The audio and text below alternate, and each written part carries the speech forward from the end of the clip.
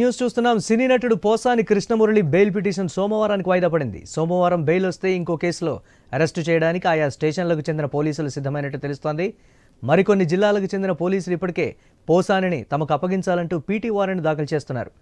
అయితే సోమవారం రైల్వే కోడూరు కోర్టులో అనంతపురం పోలీసులు పీటీ వారెంట్ ఫైల్ చేయనున్నారు.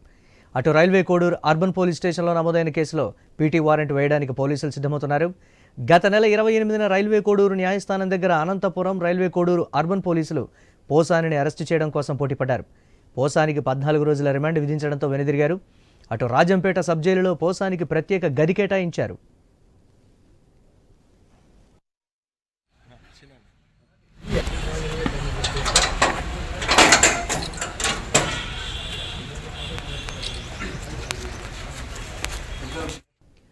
ములాఖత్లో భాగంగా స్థానిక ఎమ్మెల్యే ఆకెపాటి అమర్నాథ్ రెడ్డి పోసానిని కలిశారు. ఆయన్ను అక్రమంగా అరెస్టు చేశారని ఎమ్మెల్యే ఆకెపాటి ఆరోపించారు. పోసాని మాట్లాడలేని పరిస్థితిలో ఉన్నారని తెలిపారు. ఇదిలా ఉంటే అదే సమయంలో పోసానిని కలిసేందుకు వచ్చిన వైసీపీ మాజీ ఎమ్మెల్యే కోరుముట్ల శ్రీనివాసులను పోలీసులు అనుమతించలేదు. వారానికి 2 మాత్రమే కలిసేందుకు అవకాశం ఉందని ఆయన్ను వెనక్కు పంపించేశారు.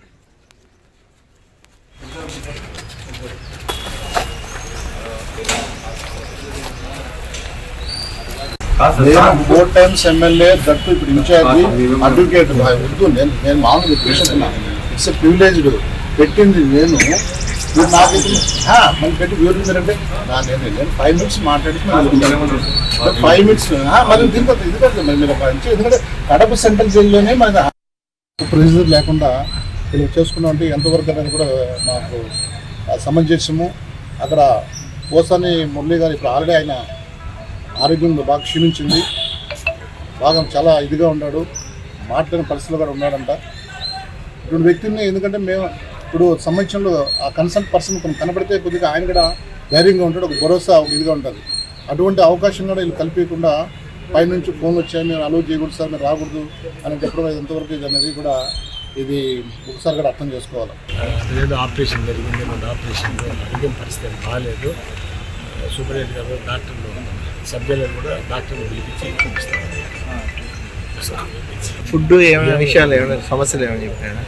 అంటే మన ఫుడ్ వాళ్ళు బయట ఉన్న వాళ్ళకి అది మామూలు సమస్య